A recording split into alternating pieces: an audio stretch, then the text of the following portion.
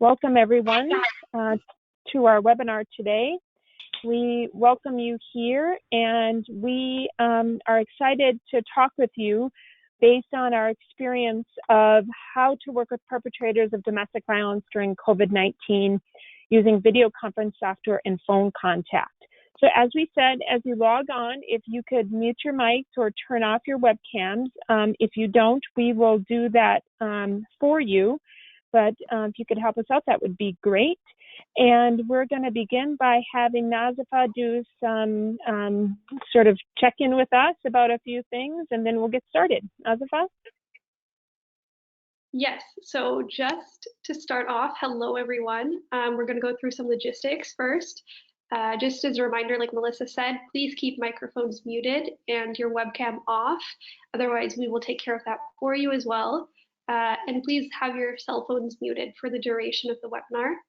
And if you have any questions or technical troubles, feel free to type them into the chat box. And I also put my email in there.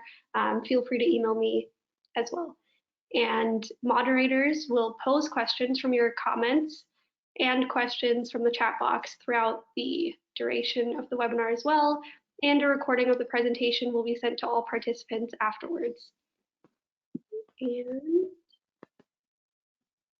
just to go over briefly about who Global Rights for Women is, we are a nonprofit based in Minneapolis, Minnesota, and we work with leaders around the world to advance women and girls' human right to live free from violence through legal reform and institutional and social change. Great, thanks, Nazifa. So we're just going to have all of our presenters introduce ourselves. I'm Melissa Petrangelo Scaia. I'm the Director of International Training here at Global Rights for Women. I've been with Global Rights for over 3 years now. Previous to Global Rights for Women, I worked with Scott, who will introduce himself, from the Duluth program. I've been doing men's groups for over 20 years. It'll be 21 years in September of this year. And recently started in the last 3 years doing men's groups with John through Pathways to Family Peace using video conference software technology. And we'll talk a little bit more about that in just a moment. So Scott, John, do you want to go next and introduce yourself? Sure. My name is John Heath, and I'm from Maine, and I've been doing this work for 14 years now. I teach roughly 6 classes a week, and that includes one with Melissa that's video conference, the rest on a non-COVID-19 situation would be face-to-face, but right now they're not. So. Great. Scott? All right, my name is Scott Miller. I'm the Executive Director of the Domestic Abuse Intervention Programs. I've been here for a little over 20 years, doing work within the community around system organizing, men's groups, and training. So yeah, really happy to be here, join the conversation. Great. Next slide, Nazifa. Nazifa's doing our slides for us. Okay, so what we want to talk with you about a little bit here today is about this situation that we're all in here together, which is thinking about how to choose which intervention options to use during COVID. So during this time and process, just to back up a little bit, as I had mentioned, John and I had started in January of 2019 to do video conference software groups. And we had started to do that in part is at Global Rights for Women, I was using video conference software a lot for work. And prior to that, I was doing in-person groups. And I was seeing this gap, which was that there were a number of rural men in Minnesota and other places around the U.S. where there was no in-person group option. So I had contacted some people to see if they had done it. I'd only found 2 programs that were doing that. And so what I decided to do was organize with John to do video conference groups. So I switched from doing in-person to video conference, but wanted to do it in a real transparent way and to have researchers be a part of it. So from January 2019 to March 2020, John and I facilitated video conference groups. We're still doing those, but as part of a formal research project. So we had researchers from the University of Durham in England be a part of those. And so we had observers every week from around the US and the world who observed our men's groups and gave feedback about them. And then our participants, instead of paying, they agreed to be a part of the research. So they met with the researchers at the end of the group session, that's how they completed, to talk about whether or not groups should be offered for batterers intervention groups using video conference software. So we're in the next phase of that process and documenting our experience, and so are the researchers. So we had just finished that in March, the formal process in March 2020, and then COVID happened. Of course, when we started this, John and I, we never would have imagined that we would be in this position or in this situation. And so we were all in it together. And so what we worked to do then is document some thinking about this, in particular about during COVID. So a few considerations about choosing different interventions during COVID is, one thing that we're saying is that the participants, for the men, whatever option you end up choosing should be voluntary. That there are some men, for example, who are not going to have private space. They're not going to, have, the ability to participate. So we're saying during the COVID timeframe, their participation should be voluntary. We also need to look at their capacity to participate, which is a big thing, and we'll have Scott and John talk about that a little bit. But essentially, that the capacity to participate is a challenge for many men. They don't have the right equipment. They don't have a device to connect with you with a good cellular network. Like, for example, in rural Minnesota, we don't have 5G, so we did not allow men to participate on a cellular network. And then also that they didn't have, just good enough internet device or private space. So capacity is important, which is tied to the living situation. A big thing is, do they have a living situation where they would have a private space? As Scott was talking about, we would say just shutting the door is not private enough. Generally, that we want men to have a more private space to participate. So are they living alone? Do they have a new partner? Are they living with women and children? Will they be home at the time? All these things are really important. And then when we think about the level of risk for lethality and dangerousness, we've done some prior webinars, and you can get those on our Global Rights for Women website, where we did 2 webinars, one with Scott and one with Chris Huffine and Rebecca Tomsford-Hauser, where they all talked about that. The thing we have to realize is that the risk factors haven't changed, but what has changed is the social conditions that we all live in. And so we have to rethink and know what the new social conditions that the men that we're living with are in. So the other thing is the options provided by the Perpetrator program. What we've learned is that in some states, Minnesota is not a highly regulated state in terms of batterers intervention programs. Other states are in the U.S. And so essentially what we need to know is, are you going to have the ability to choose different options, or is your state going to regulate that? So that's something that in the U.S. that, in other parts of the world, we know they're also very regulated. And then the last one is what's the crisis level for COVID in your community? I'll give an example. I interviewed one of our colleagues from Milwaukee, and in Milwaukee, all of the men, what they figured out is 90% of the men in their groups had either known someone who had COVID, known someone who had died, known someone who was very sick. So it was very much a crisis situation there. Here in Minnesota, we've been checking with all of our men in our groups, and that hasn't been the case. So in part, what we would say is what you're going to offer should be also in line with what your crisis level for COVID is. So this is something that we consider and think about. So next slide, Nazfa. So this is where we're going to get into now, and we're going to give some examples here, but these are kind of all the possible intervention options that we've listed. We want to say that part of this work was done earlier by our colleagues from the European Network for Work with Perpetrators of Domestic Violence. We've adapted that for the U.S. situation and other parts of the world, but these are all the different options that you can choose. We recommend that everybody does letter D. but we know there have been difficulties in having partner support and partner contact. But depending on whether or not the level of COVID situation is a high level of crisis, we'd recommend crisis management, or if it's not, to do some sort of adaptive behavior change work. Because we're not able to be in person with everyone, then you're going to have to decide which of these options you're going to choose. There is another alternative course, which is to not do any programming. And so what we generally don't recommend that you find a way to have some sort of contact, if you can, with the men, or if you can, to have your probation office. That sometimes, and Scott or Jonathan talks about some examples of some men where they're not having contact with at this point for various reasons, but they're having probation do that. But these are generally, it's either individual support weekly through phone or video conference, and that could be either once or in some cases more than once a week, or you can do group format, which is using Skype, Zoom, GoToMeeting for crisis management and support, or group format for video conference software using adaptive behavior change, meaning what you were doing before, but taking it onto this format. So we're going to go to the next slide now, Zafar.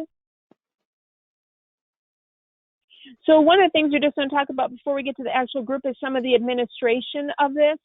What John and I have done is we've created a fillable form for the referral agency and the men to fill out. There are some ways to do that through Microsoft Word and through Adobe if you have either of those softwares to use. But what we have done for that is that we have tried to do everything electronically. And it's really helped us, honestly, with documentation when everything is electronic. So we send that to the men. It's on our website. The referral agency can get it anytime. The men can get it anytime. And all that communication is done by email. John and I have a person that works for us, Hunter, so she does all this administration for us. She sends the men the form. She takes the phone calls, and she has all the men fill out those forms. The men fill them out, and then she schedules that intake with them. But none of that work is done in person. Next slide, Nazifa. So for the intake, what happens is Hunter, who works for John and I, she does the intake. And essentially what happens is all of that is done individually with the men one-on-one. Now, I will tell you, when I worked in Duluth and at Advocates for Family Peace, we did group intakes. And there is a lot of advantages to doing group intakes with the men when you're starting this process. We've been doing it individually, so there is a disadvantage that way. But one of the things we need to figure out is the men's capacity and ability to be able to essentially connect. What's their ease of the use of the technology? So we demonstrate the GoToMeeting framework with them. We, talk with them about how the software works, review the rules and the technology requirements. And so all of that would be very difficult to do in a group format. So that is one of the things that we've done is move to individual intake interviews.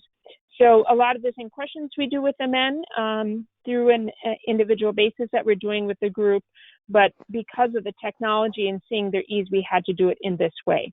And then after that's done, then we Hunter makes contact with the local victim agency through letter and phone contact, and also the victim of the offender.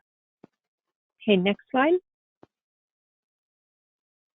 Okay, so first we're going to talk a little bit about individual work with perpetrators during COVID-19. So Scott, do you want to start and talk about what you're doing that and kind of how you came to do that and the purpose? Like, how did you end up choosing this as opposed to groups? Yeah, so what we did is instead of starting to call the guys right away, we took our time as a group of facilitators and agency to think about what our capacity to do the work was, and really try to gear it towards the needs of the population we serve. So the first thing we did is we got all the active people in the program, which is about 120, and we just called every one of them with a list of 11 questions that we had, and we wanted to know, do they live alone? We wanted to know what their capacity, what Melissa was talking about earlier, to get on to an online group call if that was possible. And when we got all that information, we put it together, and what we found was that only about 20% of our guys have the capacity to get onto onto an online group. And most of the guys had access to the internet, but they had access to the internet through a phone with limited data plans. And they couldn't use up all their data on a group. So that just wasn't going to be a possibility for the bulk of our population. The other thing we learned is that 74% of the guys that we work with are either laid off or unemployed. And so that creates obviously a bunch of stressors at home as far as money is concerned. And then the other thing we learned is that the majority of our guys are not currently living with their partner. But one of the great things about that question was we found out which guys are not living with somebody, which then we could go back to the women and get that list together of women not living with him. And we developed a set of questions for them that we have not tabulated the results for yet. And then a set of questions for women who are living with their partner, because we want to talk to all the partners in the program, but we can have longer, more in-depth conversations, we're thinking, with the women who are not living with their partners. So we're trying to get as much information and get their advice on what we should be doing and how we should be doing it, because there's so many unknowns about the landscape that we're currently in. And you know, for a program like ours that really doesn't, I mean, we take the time to really do focus groups and think through with the population we serve how we should do what we do, whether it's a police policy or a men's program or a phone call. And we haven't had that capacity to do that as easily because of the state lockdown. So for us, it feels like we're in a room that's dark without knowing where the light switch is, because we don't have the guidance from the women who are experiencing this to tell us what their experiences are and how we should go about doing things. So yeah, we're learning with everybody else about how we go about this. So anyway, what we came to was to make phone calls. And what we're going to do, or what we've been doing, is all the facilitators meet every Monday morning on a Skype call or a Zoom call. And we came to the conclusion that we all want to be on the same part of the equality, and we're going to stick to the equality wheel at this point. And so this past week, everybody did partnership, some version of partnership, and talk through an equality log. And we're going to role play a little bit of that later, so you can just kind of see what that looks like. But it's like a 15 to 20-minute call that we walk through that with the man in a program, and then if they do that, they get credit for that group. And then there's a way for us to move them on in the program, because what we're hearing from probation is that they're continuing to get guys into the probation on their probation list, but nobody's moving off, and the caseloads are becoming unmanageable. So we have to find a way to move these guys along. So this is how we've chosen to do it. Now, again, I don't know if this is the right thing to do. We'll know a lot more in 2 months after doing it to see how it works. But one of the things that we've learned, well, we've learned a few things, but one of the things that we've learned that we've heard from a lot of programs around the country is that for the bulk of the men that we're calling, they really appreciate it. They are open to the calls. They wanted them to happen. They're glad that they started, and they're glad there's somebody talking through their life with them. So that was a learning piece for us. I might not have anticipated that, but it fits in line with what a lot of other programs around the country have been experiencing also. So Scott, there's a question related to that, which is, you've talked about it a little bit, but can you describe a little bit more about the purpose and the limits on the scope of your conversations with partners, if you've had those? The purpose of the limits?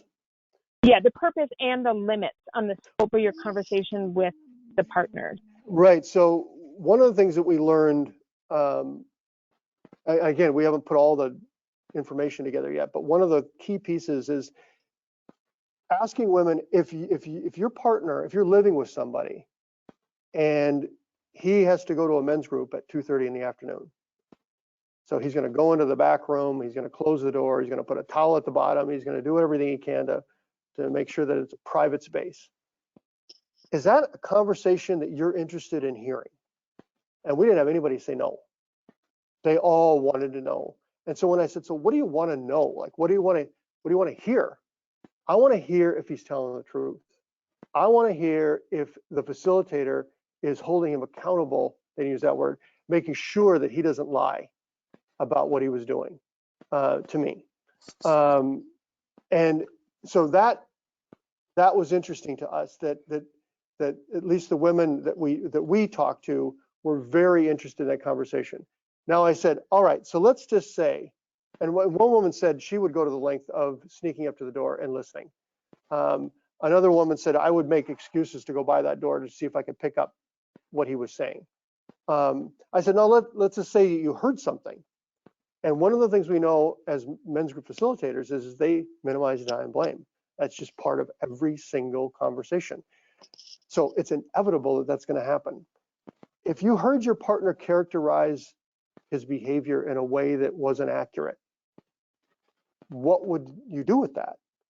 And some women said, I'd confront him about it. Boom. Like I would not let that go.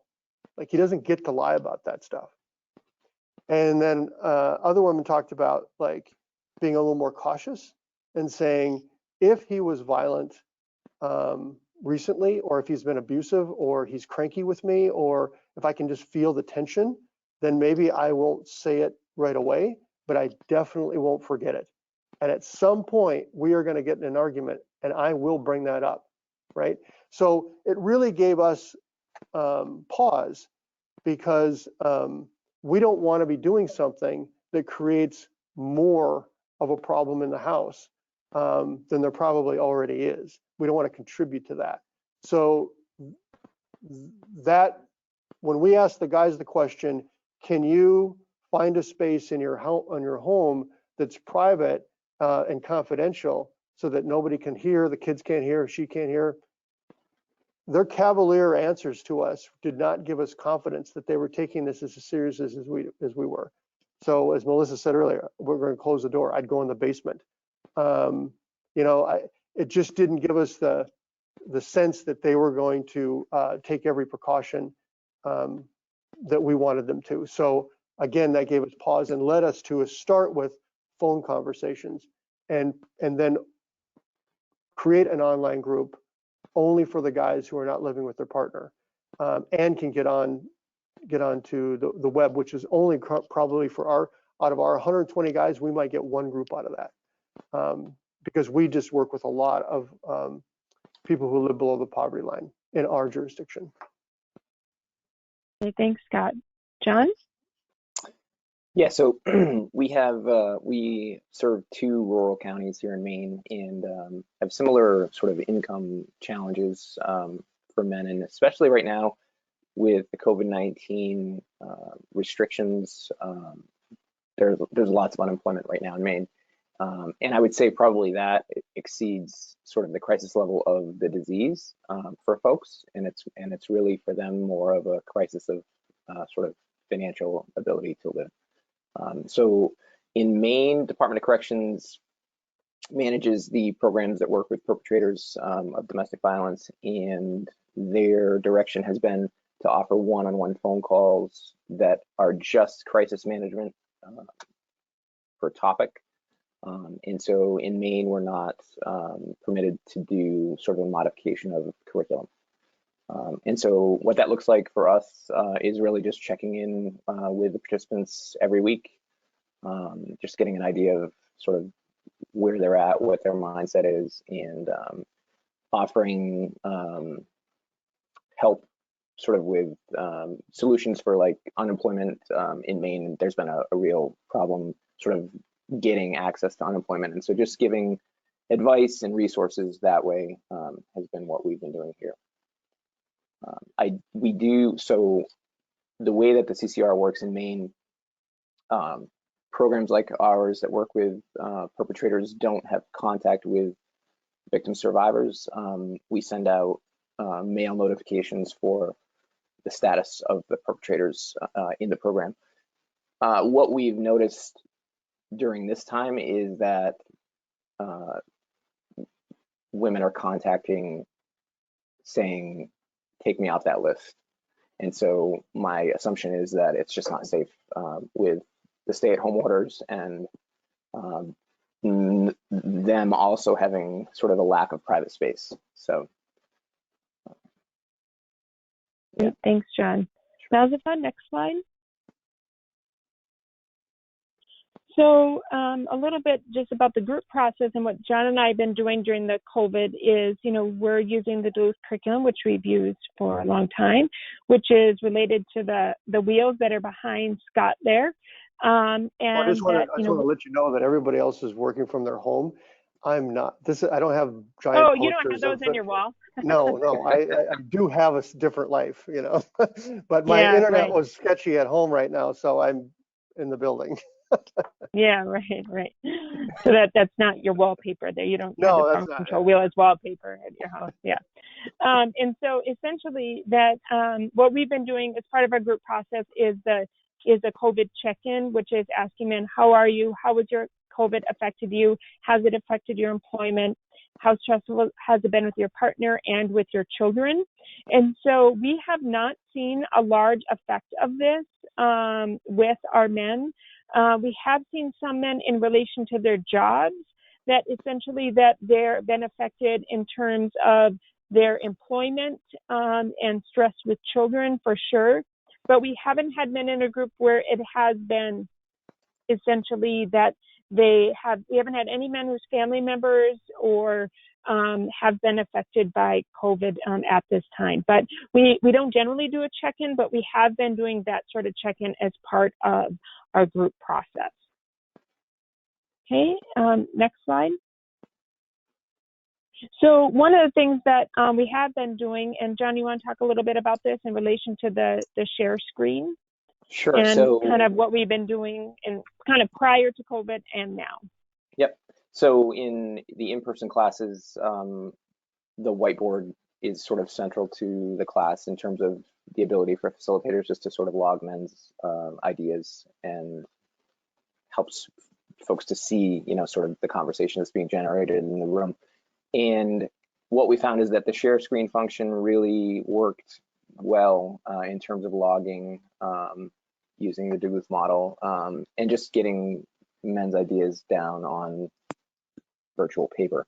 The other good thing about it is that it creates a record. So at the end of class, we would mail out those class notes to the men for reflection. And we even discovered that it helped us in terms of like going back to reflect on the class.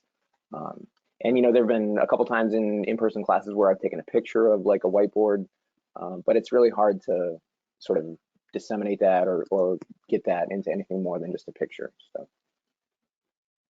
Okay. Next slide. So next we're going to talk about a piece, Scott and I are going to talk a little bit about this, which is a part of which we think is really what needs to be enhanced during this time, particularly if you're doing the individual contact, which is kind of the skills as it relates to dialogue. So Scott?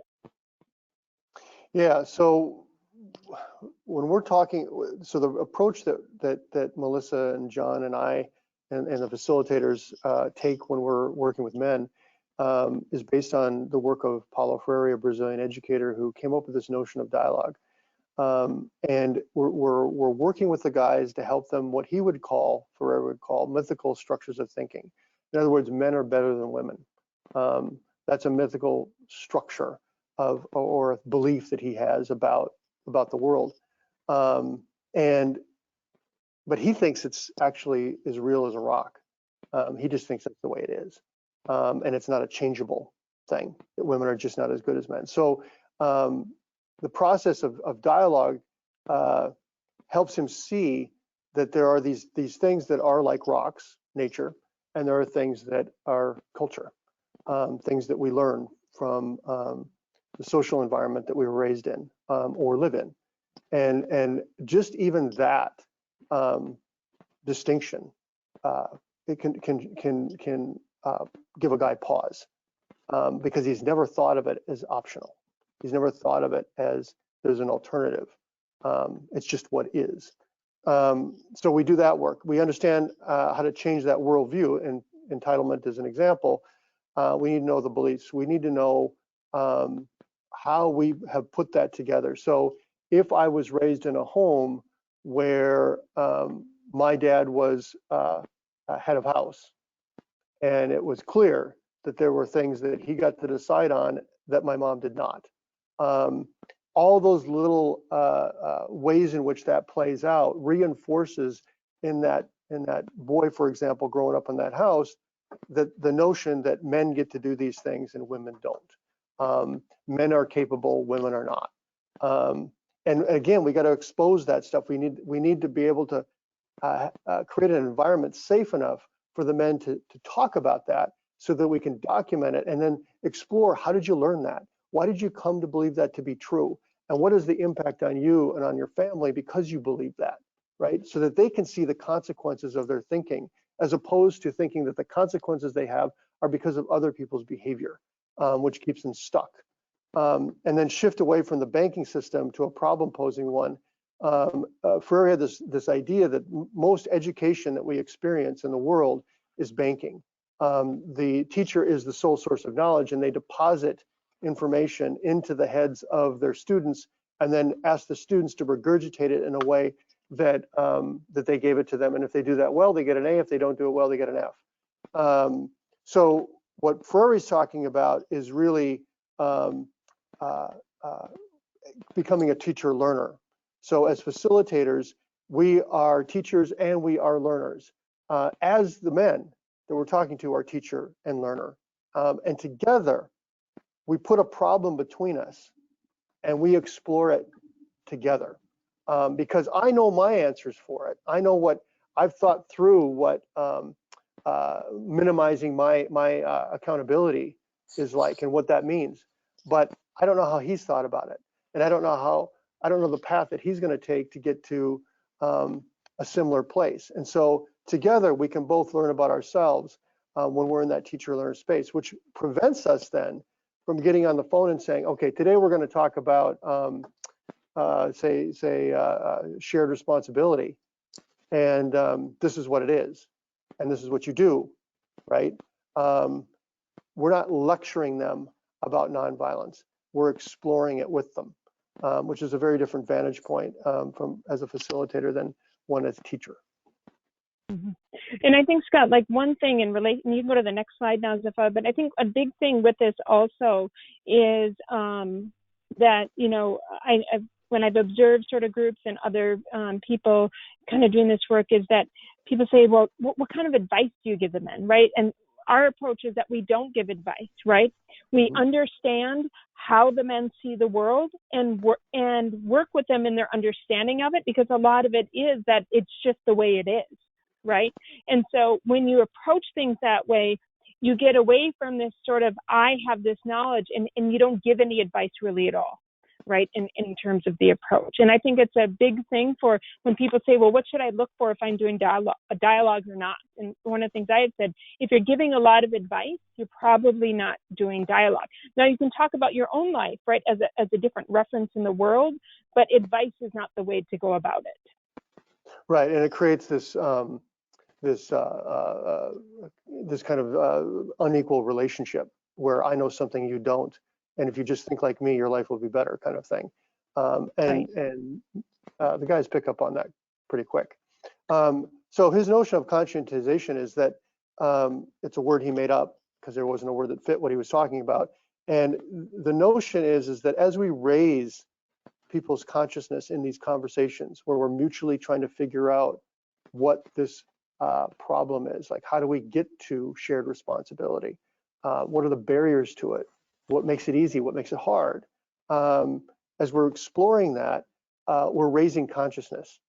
And when we do that, at some point, Ferreira believes that it'll intersect with their conscience. And that's the point at which he can begin to see the injustice, the harm that he's been doing to others. that epiphany moment that many of us talk about when we're doing this work that the guys have.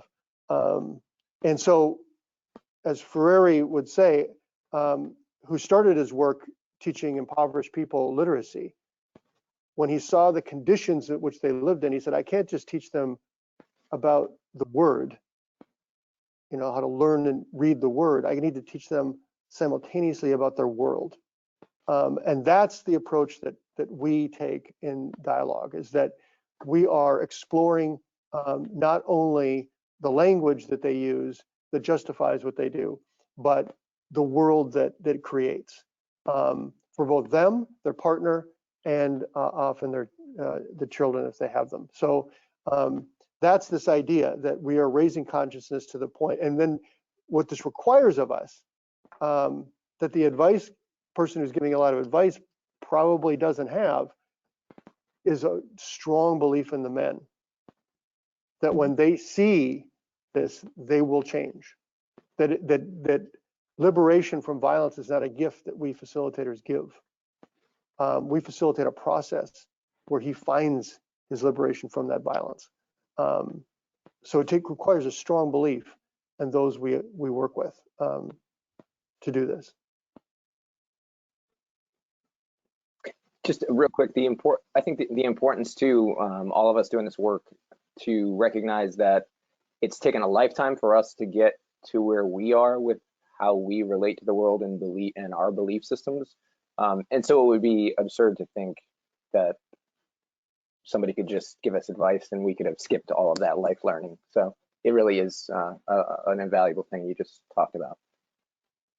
Right, and I think the other piece of it is that what we don't want to do is we don't want to have the men just sort of regurgitate like those power and control wheel that's behind Scott, right, or the equality wheel that's behind Scott, because it's a lot. Other thing that we see that happens in a lot of groups is they actually make men take on the language of the wheel, right, and that was never the intent, right?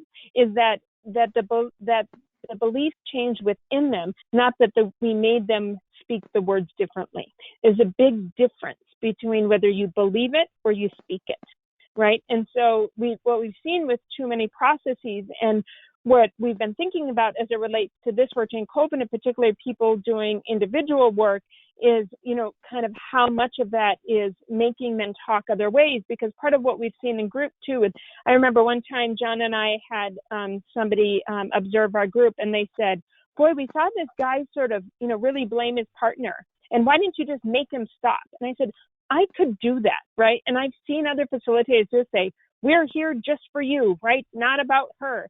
And what we do instead is, how did he come to blame her for what he did? And explore that with him, which is another way of working with him to stop it, as opposed to just saying, we don't allow you to speak that way here, right? Which is, we ask him a reflective question like, how did you come, right, to the idea that she's responsible for that? Or how is it that you're talking about her in that way, right? And explore how he came to think that way.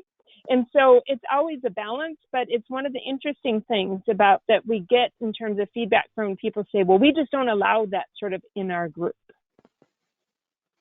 Yeah, and so this next slide, this problem posing question, again, as John's mentioned, this is not something that a facilitator just starts doing. This really takes a kind of a upending all of the way that you've learned things in education to approach this in such a different way. And so an example would be, I was watching a group one time, and the guy said, they said, what kind of violence have you used? And one of the guys chimed in and he said, I grabbed her by the neck and I pushed her up against the wall. So you use violence? Yes. Have you used that violence before? No, that was the only time I did that. So why did you use violence? Right? And it kept staying in the violent thing that he did.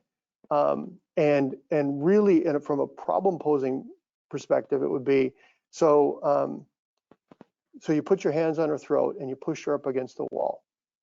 What did you want her to know at that point?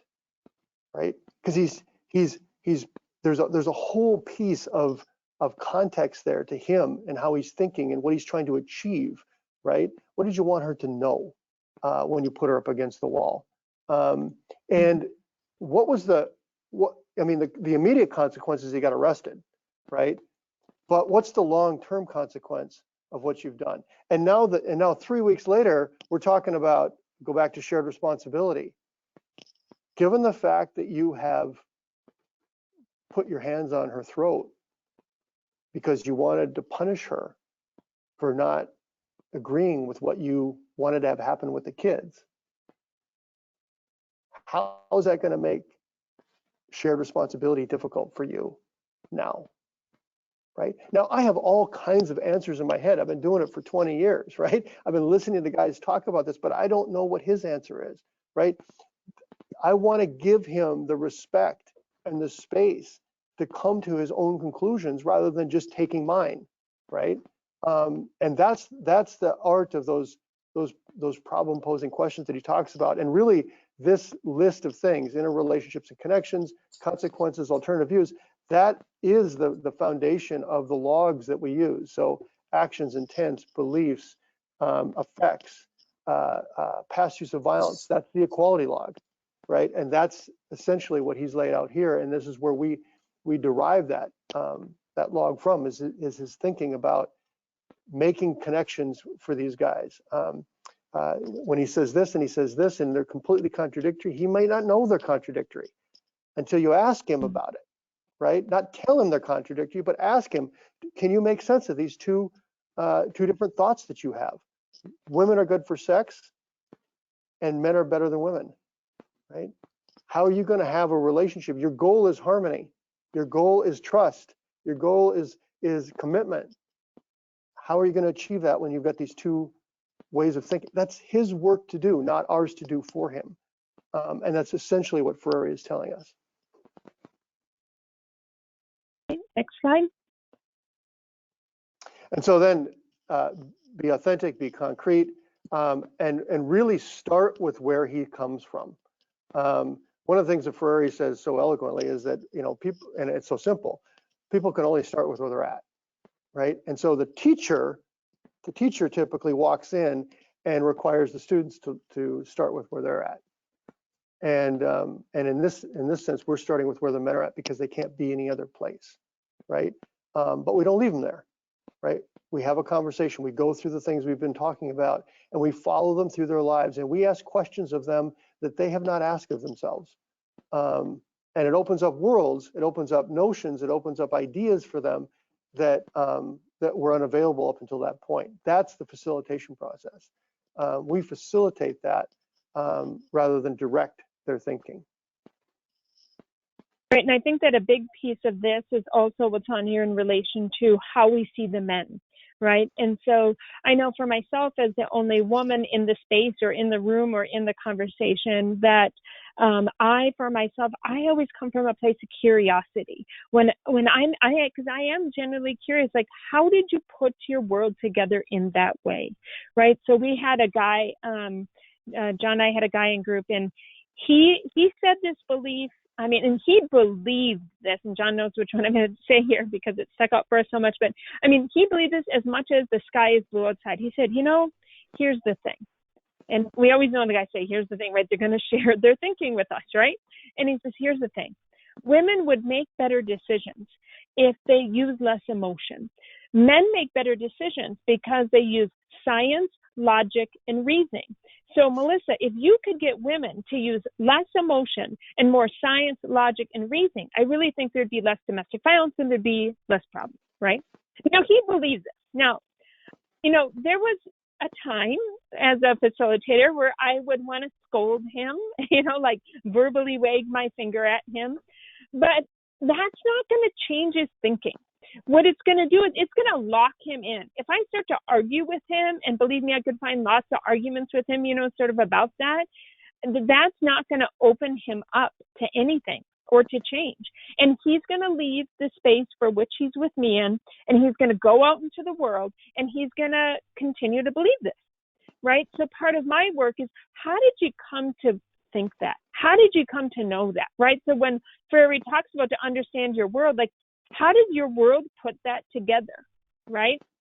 And so there are a lot of things that men say where we have to really see the beauty of that they are human beings, right?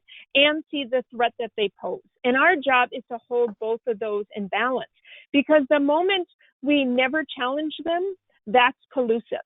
And the moment where I really, part of me still really wanted to, right? But it's not who I am anymore. Is I could challenge him, but do it in a respectful way. And for me, a place of curiosity is a way for me to do that in a real sort of non-judgmental way. Okay, next slide. Okay, so what we're going to do right now is I'm going to shut off my camera, and we're going to do a role play. And what we're going to do a role play of is the work that Scott has been doing right now, and DIP is doing in terms of individual work.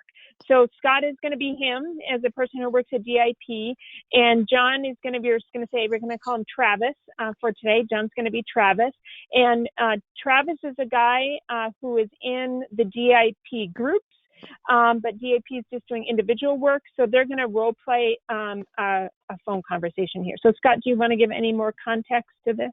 Just the fact that Travis would have been in the group that I was doing in person, so I already know Travis. So this isn't an intake. This isn't something where he doesn't know me yet. So I'm gonna behave as if we know each other, which is what usually is going to happen when we do this work. So. Okay, I'm going to turn off my camera, and the two of you go ahead. All right, Travis, how are you? Hey, Scott. Things have been better. Things have been better? Yeah. So Been tough the past week. What's tough? Just this whole thing with being stuck at home, and my hours have been cut. I really rely on overtime, and I'm just not getting it. And I've got a 12-year-old stepson who's not doing his schoolwork while I'm away at work. My wife and I work during the day, and it's exhausting and frustrating to come home and then have to do 7th grade math and science with a kid who just won't do his work. So. Yeah. So the conversation that we talked about last week that we're going to have this week is on partnership. So let's just take this thing you got going on and run it through partnership. All right. So do you know why your son doesn't do his homework, or why your stepson, doesn't do his homework? And how old is your stepson? He's 12. 12. Yeah. Okay. So he's a 12-year-old stepson. What's his name? James. James. All right. So why doesn't James do his homework? I guess I just assumed it's because he hates school. So you don't know? I don't know. I have not asked him. And this has been going on how long?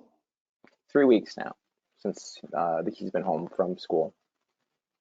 And nothing's changed? No. Yeah, right. So what do you think, if you were to approach him, James, on a partnership over the homework issue?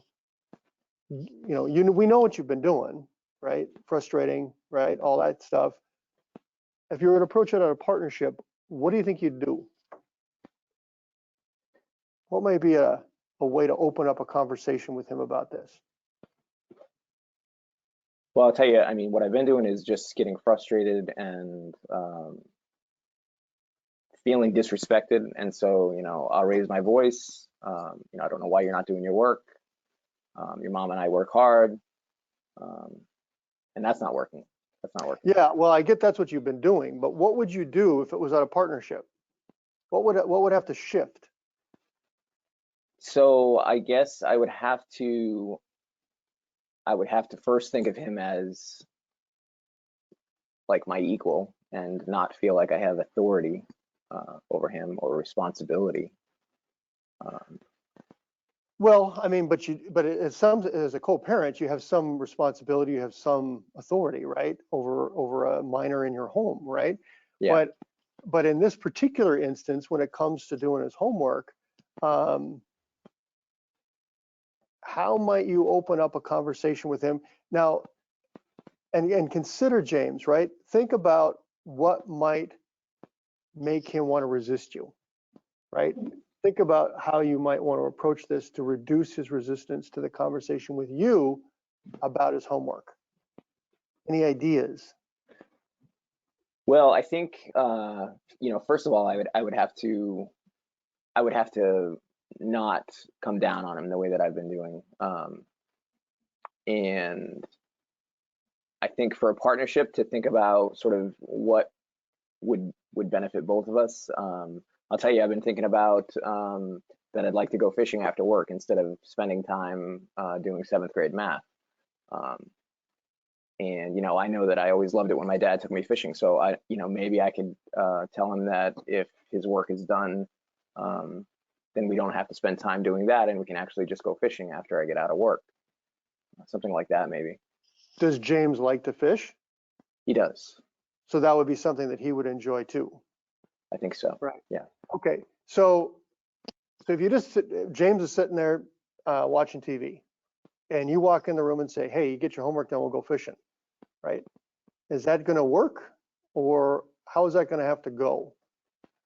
I mean, what does he know about you in that house? What's his experiences with you, right? That might make that hard.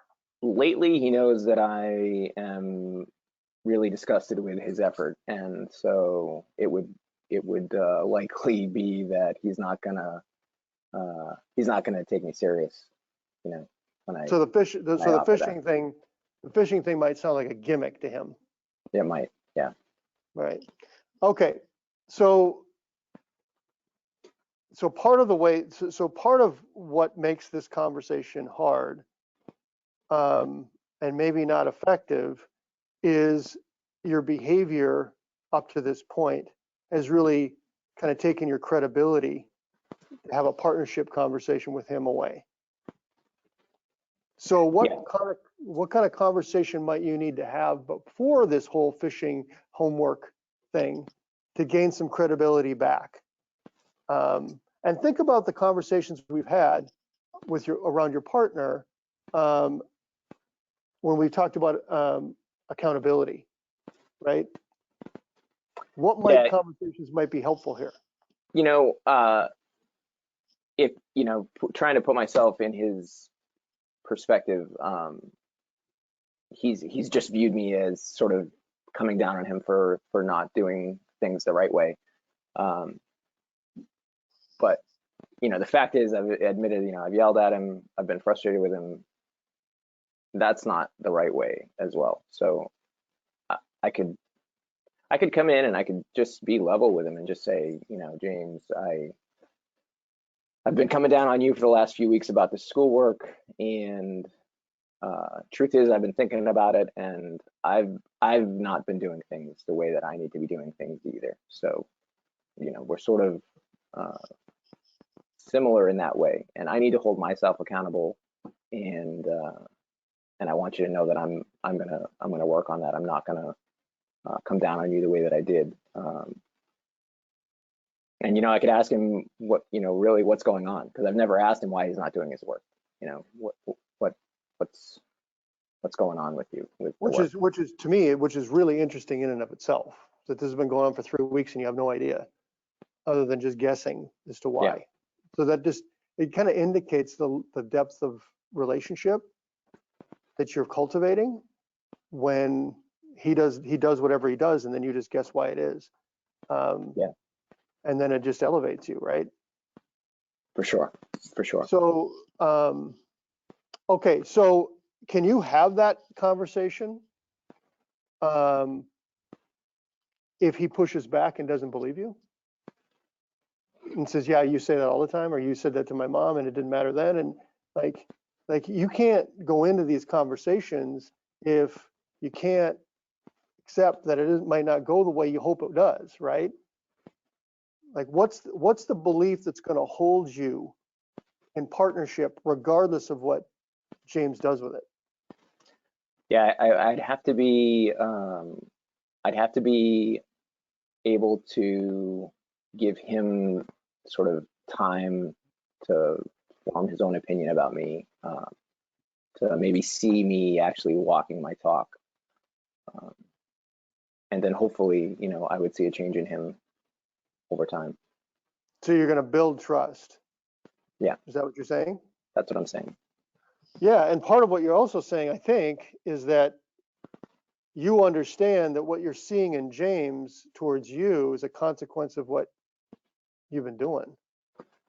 It isn't Yeah, for James's sure. deal, right? This is your deal.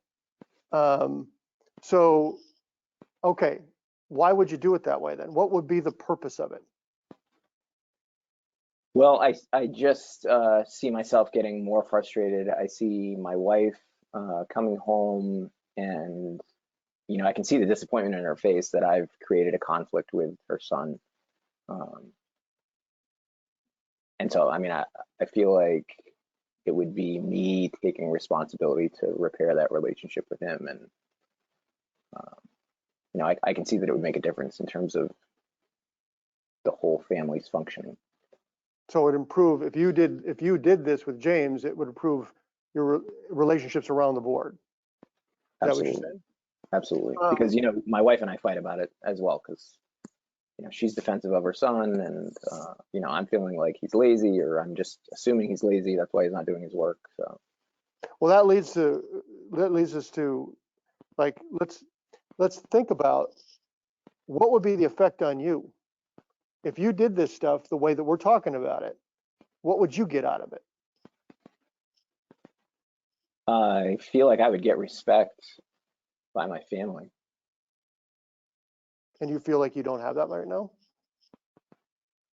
To be honest, I feel like I've not really done very many good things to earn it lately. Okay. What would be the effect on James if you started changing your approach to him, deepened your relationship with him?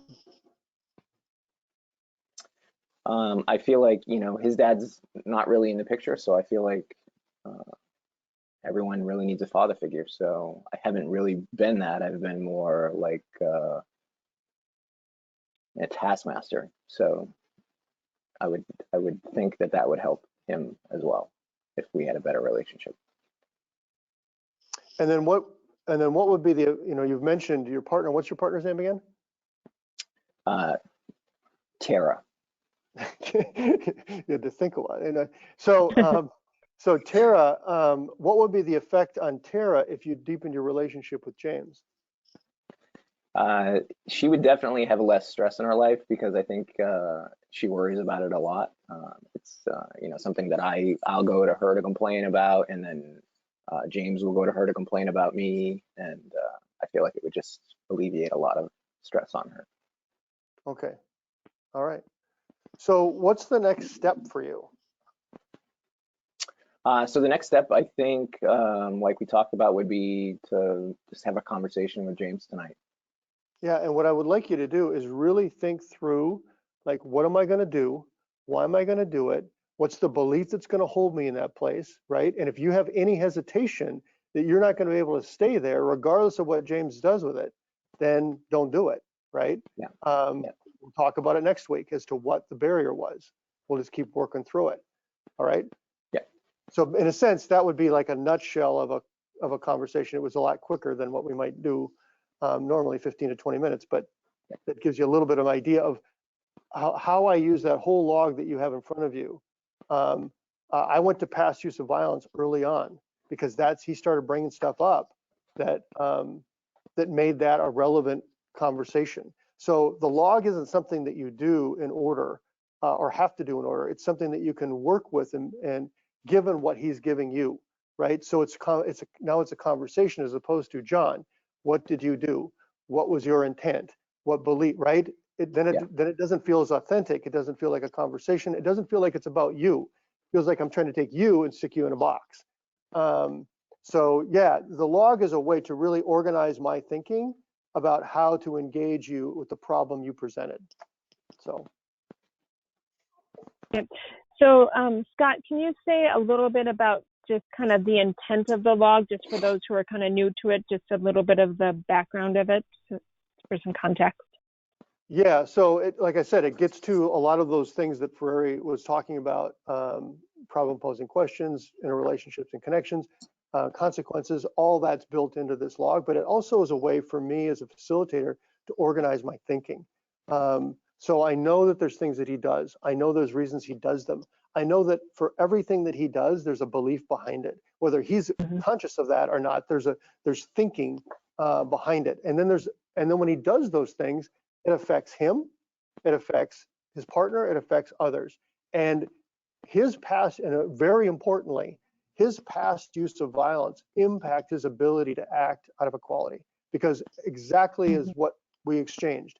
If you go do this with him, is he going to believe it? Probably not, right? He's going to see it as a gimmick to try to get him to do his homework, and he's going to push, right? Because you don't have a relationship with him because of what you've been doing, right? So now he begins to see a broader context for his yelling. Look, all I did was tell him to do his damn homework. No, you did more than that. You eroded the relationship. You reduced your credibility. You reduced his trust in you, and now you don't have access to him because you've been doing these things. And that's not on James. That's on you, right? So all that comes out when I organize my thinking around that log. Right, and kind of back to the point that I was saying before about what we don't want you to do, which is we've seen a lot of facilitators go into the advice mode, right? Like, well, why don't you try sitting down and helping him, right? And so the thing that misses, right, so much is exactly what Scott just talked about, which is all the past use of violence. You have no idea as a facilitator if that's what James would want, right? You have no idea about the effect of the history of James's behavior, or, of Travis's behavior on James, to know how that would go, right? So when you come in and just say, well, why don't you just help him with it? You don't account for all of those things, right? And so that's why what this process does is it explores with Travis, right, all of this that we kind of know as facilitators in our head, as opposed to just giving advice, which is what we really want you to try and stay away from. And the other thing that we're doing now during this COVID pandemic is that we're staying away from the tactics of abuse. And multiple times, John offered behaviors that he was doing that were abusive, and to keep that conversation on the equality wheel, I just said, okay, so that's what you have been doing. Then what would you do different? What would have to shift, right? To keep that on the equality wheel so that we don't get into that tactic stuff at this point, because we just don't know whose ears are there. And I don't want to inadvertently elevate him alone in a 15-minute conversation and start exploring his abusive behaviors. I want to talk to him about the goal. Like, where do we need to go, and keep it on that for now. And again, we don't know if that's the best thing to do. That's what we believe at this point is the safest thing to do and the most productive. Right. Thanks. The thing that I've seen guys talk about after they've been through the program is that the log, they feel like the log really sort of builds a mirror for them that they otherwise just, in terms of like how we socialize men to be, it just sort of not there. So that they really appreciated that part. Well, the other thing too is that it teaches them critical thinking, right? Yeah. So they can critically start thinking. And what I've heard from guys time and again is, I just did stuff before, right? I just did it. But now something comes up and I start thinking about, what do I want out of this, right? They start looking at the consequences. They start looking at their own a piece of the problem, as opposed to everybody else's at fault, right? Yeah. And so the more critical thinking skills they have, and that was just an exercise in teaching critical thinking, right? Walking you through your life and exposing it in detail from different vantage points through the log. Right. Okay, so John and I are just going to talk a little bit about some of the things that we've done in group. Right now, we have been focusing mostly on the equality log as well during COVID. You know, a number of the elements are the same related to the control log, but we also just want to share some of the things that we have done. As people have asked us, through video conference groups. Is it possible to do, some people call it trauma-informed work or role play work, those sorts of things? So John, why don't you talk a little bit and give the example of the sister exercise we created? Sure. So using sort of the share screen function, 1 week we logged, we did sort of like conversation, just logging conversation, getting guys' thoughts and beliefs down. The next week we sort of drew from that, and Melissa sort of set up the role play where she would be the sister, their little sister, and her boyfriend was basically pressuring her to move in with him, and you know, she basically just was asking for advice from her big brother, you know, and saying, you know, and you know, these are some of the things that he's saying, and I sort of want to get your advice about it, your perspective. What should I do? And it was just, I mean, it was like you could hear a pin drop, the impact that had when the men were hearing their own words coming out of someone playing their little sister, and they're having to give advice about how to respond to a guy that's saying these things to her. It was just really an impactful exercise. Right, because we're using the video conference software and we're memorializing sort of the thinking, like John said, in in-person group, we kind of take a photo sometimes of the board, but because we had those in those PDF documents, I simply drew upon a number of those beliefs from previous weeks and utilize those, you know. So like, you know, the example I gave, we happen to use it. The one guy is, I had said to the guy, so, you know, my boyfriend wants me to move in with him, but he said something last night that kind of like makes me think about him. And one of them, he kind of had this thinking that that women just don't make good decisions, like they're just too emotional when they make decisions, and that, you know, men use, you know, kind of logic and reasoning. And what do you think about that? Should I be worried about a boyfriend who thinks that way? Right. So I drew upon all those sorts of beliefs that they had said in the next week as an example. But we have found that it's been okay to do role plays this way. The one thing that we have found is sometimes you have to call on the men because there can be some more over talk that happens when you use video conference software. So that's been a thing as well that we've just kind of had to learn when we've been navigating it this way.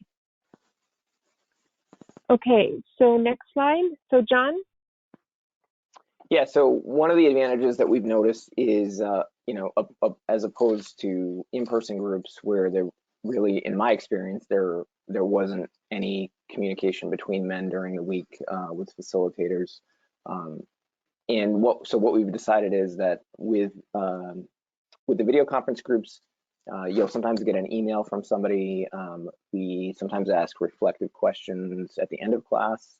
And we'll sort of ask for a reply about that, just what they're, you know, as they thought about it over the week. And so that's been really helpful. In terms of like learning styles, we've discovered that some men who would just sit there with their arms crossed and their head down, which many of those times we've seen in in-person classes, they can actually communicate via email. They can write eloquently, and they're able to interact in a really different and more meaningful way. And so that was something that, you know, in the 14 years of doing in-person classes, I had never discovered. And so that was really an interesting thing.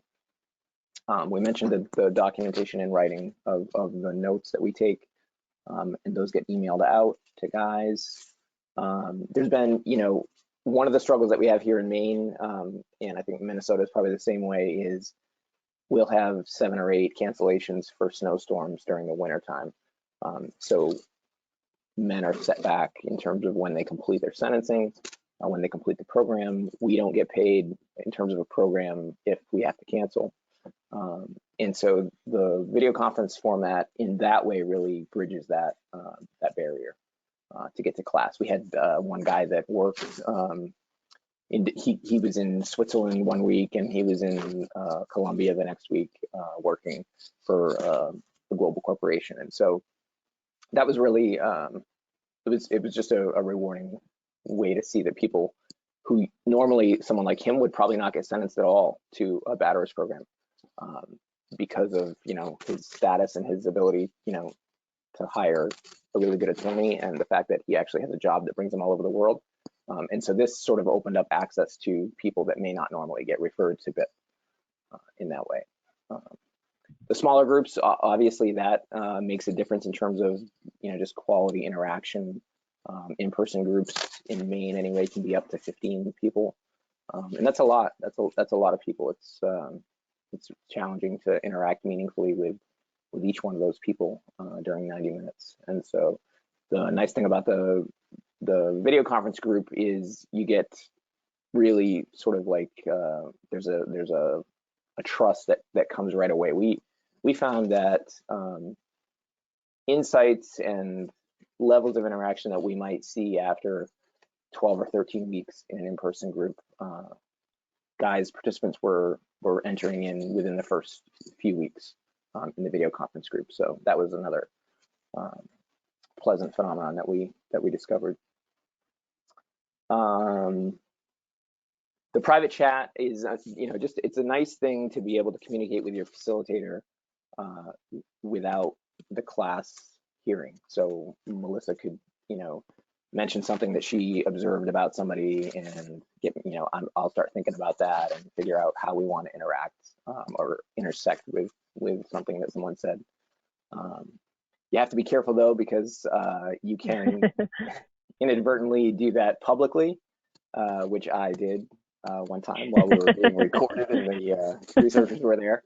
So luckily it wasn't anything, you know, terrible. I was actually talking about one of the participants, so. And they all saw it. And it's probably really bad if Melissa chats you and says, you know, where the hell are you going right now? Like, why are you talking about this right now? Right. What is a thing, you know, like when you're doing group in person, you can't like whisper, right? It's like our ability to whisper to each other. So yeah, I'd love to do a group with Scott this way, because then I could just whisper the whole time. That box. Yeah, right.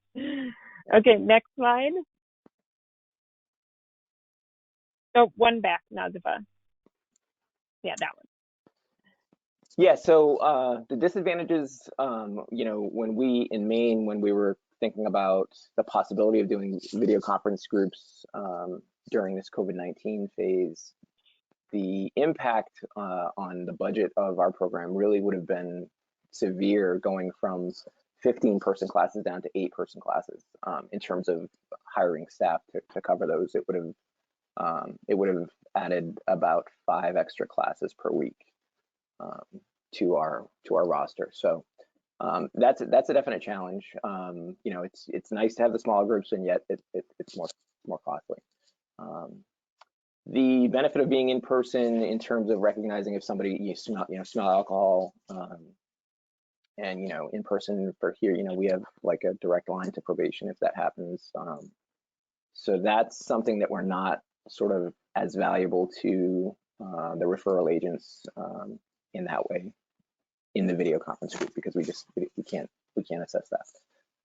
And one thing I would just say about that, and Scott, I think you've talked about this too, is one thing that we found during COVID anyway, is that generally if you live in a drinking culture, what we know is that drinking has gone up generally amongst everybody, not just the men. But one of the things that we found, we've had a guy who, for example, contacted John and I. He had gotten rearrested, and his partner got arrested, and they put the kids in with social services. And of course, he didn't tell us that he had been drinking and smoking marijuana until we called probation to find out, you know, from probation what had happened, and that's what had been happening. So, but it is a concern in terms of, you know, that the level of drinking and consuming of alcohol and drugs has dramatically increased during this time overall. Yeah, and we're getting that from both probation agencies that we deal with in 2 different states, that the use is off the charts, because in our jurisdictions, which are in lockdown, they can't test the guys. They know that the court isn't going to hear technical violations of probation, which drinking would be one in our probation contract. So, so there's an open window, right? And they walk through it, and so use is up, and victims are saying the same thing. So. Yeah. When we first started the video conference groups, we noticed there was a lag between video and audio. And within the last month, I think we've seen, it must be that GoToMeeting has invested in their infrastructure, because it's vastly improved. So when you're showing a video, initially, when we first started doing it, the audio would be like a second or two behind the actual video. So data security and privacy, I don't know of any problems that have come up with GoToMeeting. I know that another platform had some struggles, but I'm guessing that those are swiftly being taken care of. So for us, we had a few men that lived so sort of remotely that they needed to come into town to the local probation office. They gave these two men a conference room to do classes from. So for 27 weeks, we had two guys sitting together in a conference room joining our video conference class.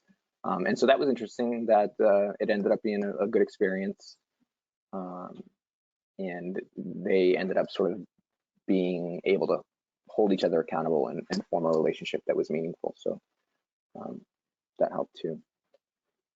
I think this is a time sort of to really tap into resources and do some creative things, like in Carlton County in Minnesota, 10 iPads were purchased for men to use from the probation office. And so things like that, I think we really need to start thinking out of the box on how to support people. So yeah.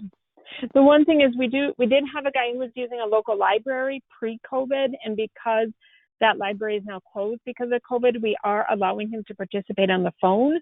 But during a non-COVID time, we will not allow that we do want to have video. We need to be able to see them.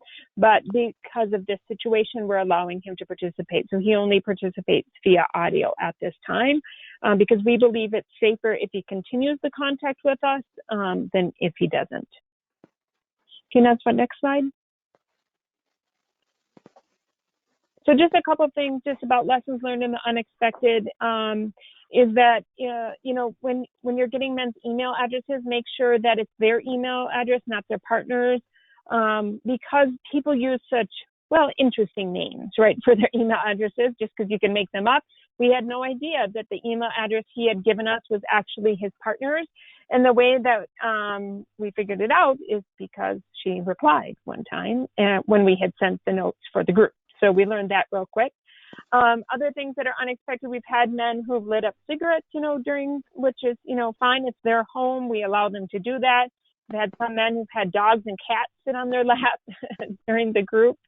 And this last time we had a guy whose cat was kind of always wandering around his room, and it was fine. But the other thing is that, some of the things that you don't expect that you just need to is make sure the men aren't walking around. We had one guy who just was carrying his iPad to the kitchen to make his coffee. You got to do all that. You have to sit in place during the group. You have to go to the bathroom before the group or after. We had one guy, unfortunately, who brought his iPad to the bathroom, set it up next to the mirror, and we all heard him urinate during group. That was unpleasurable. And that men have to be fully clothed, including wearing pants. During group, you can't just sit in your boxers and have your shirt on. So these are things that John and I, of course, thought we wouldn't have to mention, but we learned the hard way. Some basic things you have to end up adding into the rules and such. And then guys, we do have some guys right now who do have their kids at home. And so we've had to require them to have someone care for their children. We have one guy who we've allowed because his kid is a little bit older and does stay in the other room the whole time, but because school is canceled, we believe it's safer for him if he continues in the group, and the little boy's been fine. We asked the other men in the group if they were okay with it. If they wouldn't have been okay with it, we wouldn't have allowed it, but they were fine with it. And then also we require headphones so that it protects the privacy of the men for when they speak. We did have one guy who told us that his partner had come home from work early and was listening through the door to the conversation. And the way that he figured that out, and we figured that out, is because they got into an argument, and she brought up something that he had never talked to her about before, but he had brought up in group, right? And so this is the risk of doing this, and how we learned, all the ways in which privacy of space is very, very important, and one of the things that we've learned. So, just a couple of things that we've picked up on doing the phone calls is that as a facilitator, when you walk into a men's group and you got 15 guys sitting there and you say, tonight we're going to talk about partnership, there's going to be a percentage of guys that are going to know how to jump in. Like they've been doing the groups for a while, they know how to do this. And one of the things our facilitators said is that, I start calling guys, I don't have a group to rely on. So this is the guy who doesn't get it. This is the guy who doesn't understand how to do this. And I've had to really adjust quickly as a facilitator to meet him where he's at, as opposed to try and drive the conversation that I thought we were going to have home. So that was an interesting learning piece. Another one was that there are some guys that have communicated that were really quite awful in the group process that have been very good on the phone calls, which surprised the facilitators, obviously, because they were used to him being different. And they talked to the guys about that as to what, like, my experience with you on the phone is so different than what I'm experiencing with you in group. What's the deal? And one guy talked about being fresh out of the military. And he said, I don't trust civilians' definition of confidentiality. So, which is interesting as to what he did do with it, which is to act in ways that were disruptive. But he wouldn't open up in the room because he didn't trust them. And so the facilitator said, well, if you're in a room full of only people who were in the military, would that change things? And he said, I don't know, but I think it might, right? So that was an interesting learning piece about culturally specific groups, which we've done before in Duluth, which provides it. And it doesn't mean that guys are going to necessarily change quicker, but it does mean that it's going to be a safer environment typically for them to open up and share. And then the last thing is that we've got about 2 guys right now out of all the guys we've been talking to who we've suspended calls with them. And again, I'm not sure if this is the right thing to do. We're all kind of navigating this, but this individual was horrible in group, and he has been as bad on the phone. Like, for example, he said, well, you can call me. You don't have to wait till next week. Call me in 5 minutes so I can get this fucking thing over with. I'll do anything to get to that kind of stuff, right? And all he wants to do is argue, and all he wants to do is dismantle, and all he wants to do is blame everybody, including his family, for what he's doing, and he's living with his family. So we've suspended the calls because those calls are only giving him a moment to ramp up, and we don't want to do that. So we've contacted probation, and they're increasing supervision of him at this point. What I would love to do is get him into our veterans court, but he's in a different state, and we can't. The jurisdictional issues prevent that, but where he'd have a lot more supervision from multiple angles than what he has right now. But those are some of the things that we're trying to think through at this point. Scott, can you just say a little bit more about kind of how you've realized this requires enhanced dialogue skills to do it this way? And then kind of about how you're meeting each week and kind of staying on the same topic. Right. So for those of you who use our curriculum, you could go into the room and there's a fairly structured way that you have the conversation. Facilitators, if Melissa and I are facilitating, we'll think about what our question is for the guys, given the topic that we're going to be on for that day. We'll open up, guys will begin to talk, we'll work with them and go the direction, and off we go to fill out the log. In an individual phone call, as I was mentioning earlier, you have to be a little bit more flexible, as I was with John. I didn't walk John right through the log the way that we might kind of walk through a group of men through the log. I took what he gave me, and I've memorized that log. It's in my head, and I'm just taking his content and I'm fitting it in, which helps me structure a conversation with him. and allows the conversation to be an authentic one about John's life and the world he's creating for his family, as opposed to what I want John to do for his family and for himself. So yeah, it requires a lot more flexibility, I think, to work with who ends up picking up that phone. Because in group, as we always talk about, we're working with the group, not an individual guy. Now we're working with an individual guy, and that's a very different context for most of us using our curriculum, at least. Right, and a lot of times we can utilize the thinking of some of the men in the group to help other men move along. And in this space, you can't do that, obviously. Yeah. So what we're doing to help out is that, like I said, we have that Monday meeting, and what we're doing is everybody's kind of writing down their notes and then we're capturing the themes from all the facilitators every Monday, so that we're all learning together about what's working, what's not working, and making decisions as a team as to how to continue to go forward.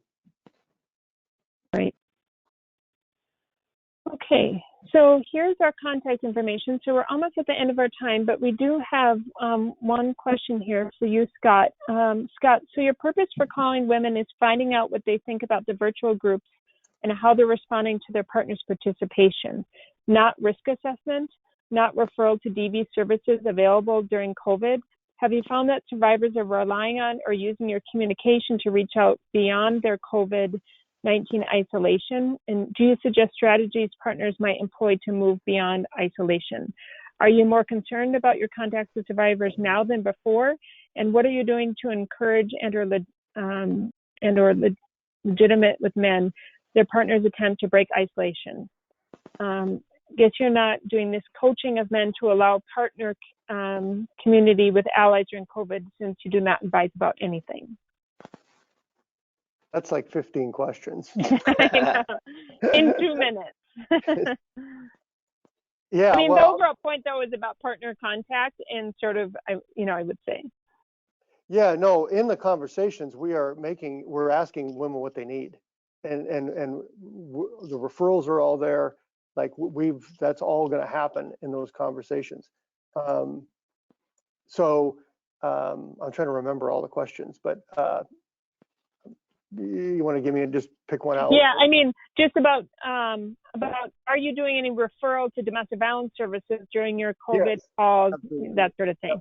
Yep, absolutely. And both of our shelters in town, ACO and Safe Haven, are ready and able to do that, take those calls. And so, and we just, as a community, you can go to our Duluth Police website and you can see the community video we all just put out.